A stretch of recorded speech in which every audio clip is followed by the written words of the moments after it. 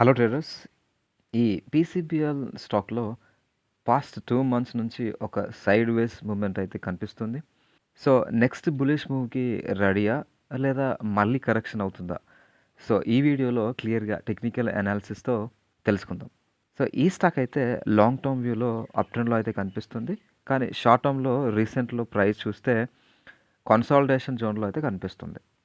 So, all టైమ్‌లో చూస్తే strong up ట్రెండ్‌లో అయితే కనిపిస్తుంది. బట్ పాస్ట్ 6 మంత్స్‌లో చూస్తే నియర్లీ 23% కరెక్షన్ అయితే ఈ స్టాక్‌లో కనిపిస్తుంది.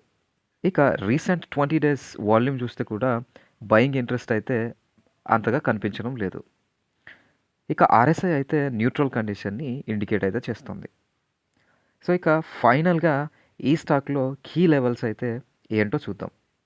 ఇందులో 379 నుంచి 331 వరకి ఒక స్ట్రాంగ్ డిమాండ్ జోన్ అయితే ఫార్మ్ అయింది. సో, కరెంట్‌లీ ఈ స్టాక్ అయితే ఈ జోన్‌లోనే కన్సాలిడేట్ అయితే అవుతుంది. సో, ప్రైస్ యాక్షన్ చూస్తే ఈ జోన్ నుంచి అయితే బౌన్స్ బ్యాక్ అయ్యే విధంగా కనిపిస్తోంది. ఇఫ్ బౌన్స్ అయితే 450 నుంచి 470 వరకి ఒక స్ట్రాంగ్ సప్లై జోన్ అయితే ఫార్మ్ అవ్వటం జరిగింది. సో, ఆ జోన్‌ని ప్రైస్ అయితే స్ట్రాంగ్ వాల్యూమ్‌తో బ్రేక్‌ఔట్ చేయటం ఇంపార్టెంట్. ఈ స్టాక్‌లో బ్రేక్‌ఔట్ ఛాన్స్ ఎక్కువగా ఉందా? లేదా రిజెక్షన్‌కి రెడీగా ఉందా? మీ ఒపీనియన్‌ని కామెంట్స్‌లో చెప్పండి.